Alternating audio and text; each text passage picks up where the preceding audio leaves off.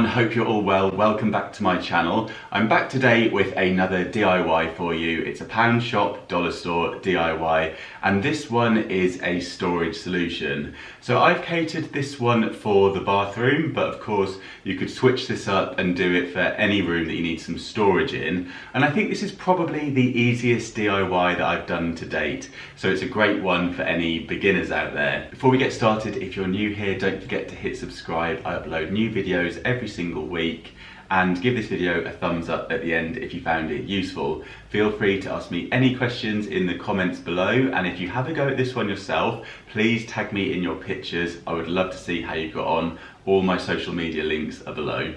For the bathroom storage, you will need some of these bits and bobs storage boxes, some bulldog clips, and some cards. You can use any card you want, just get some old packaging. So the first thing I'm going to do is peel off all of the stickers.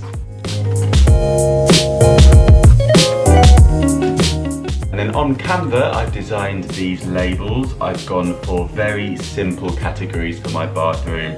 So it's body, hair and face. I've gone for this black design with some fern leaves on it because I thought it would look quite good in my grey bathroom, but you could choose any design on there that you like. They literally have hundreds to choose from, and now I'm going to carefully cut these out. And then I've just found some packaging. I went for this black because I thought it would look cool, but use whatever packaging you like. You just use any old pieces of cardboard, and we're just going to stick these onto that, leaving a bit around the edges to create a little frame.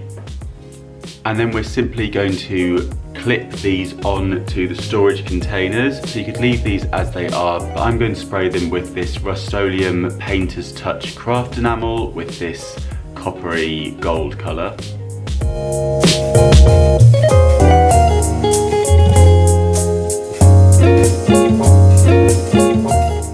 And when that's dry, it's just a case of clipping them on.